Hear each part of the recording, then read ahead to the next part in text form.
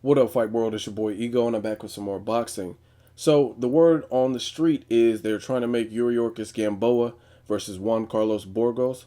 Um, I'd be interested in that fight. That fight is interesting to me. One thing that I heard that I don't like is the fight would take place in June, most likely, and they're trying to do it on the same day as the Josecito Lopez versus Marcos Maidana fight, and that's what I'm not okay with. I do have a DVR, I have multiple TVs, but I don't like when they have to make the fans pick because different promotional companies um, want to go heads up on the same date. There's 365 days a year. If you guys aren't going to work together, at least you could do is try not to double book and make, good matches on the same date. This match is intriguing to me for a couple reasons. As far as Gamboa, I want to see something special in Gamboa. When he first came out, they were calling him the baby Mike Tyson, rightfully so. But since then, some things may have changed. He signed with 50 Cent and SMS Promotion. He did take a long layoff and vacated his belt, I believe. And he came back, and he did not look exceptional. He was on the Marquez Pacquiao 4 undercard, and that fight he looked rather sloppy, and he just didn't look that great to me. He didn't look spectacular.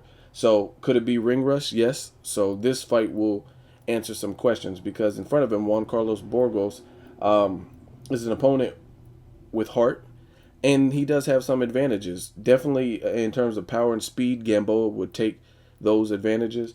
But Burgos is no walk in the park for anyone. He's a determined fighter, a willed fighter.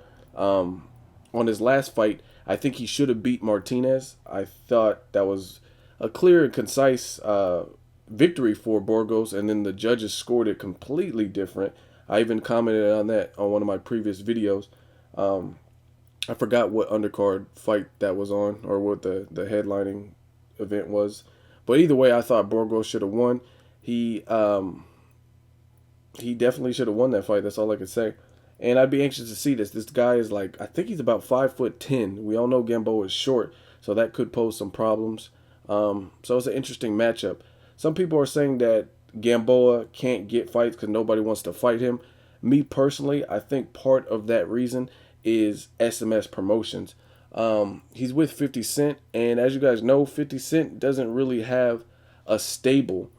He doesn't really have a stable of fighters. His best fighters would be Gamboa, Andre Durrell, and Billy Dib. Billy Dib just lost his title to Gradovich, and Gamboa was on a long layoff, had one fight, looked eh.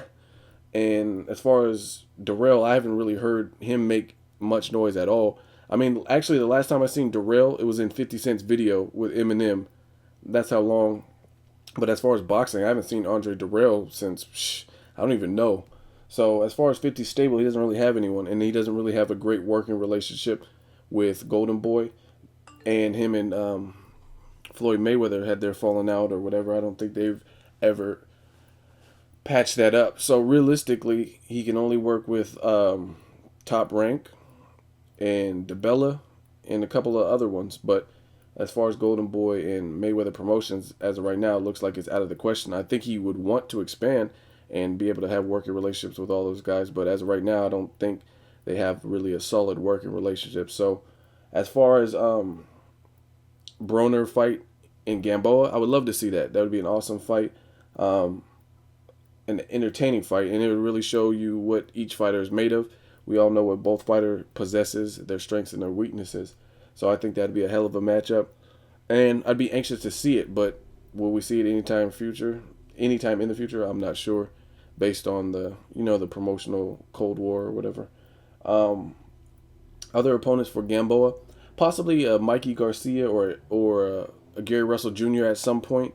I could picture those fights being made, possibly at catch weights or depending on what they do with their career and if they move up in weight. I would love to see those fights. I would love to see Gamboa versus Juanma Lopez.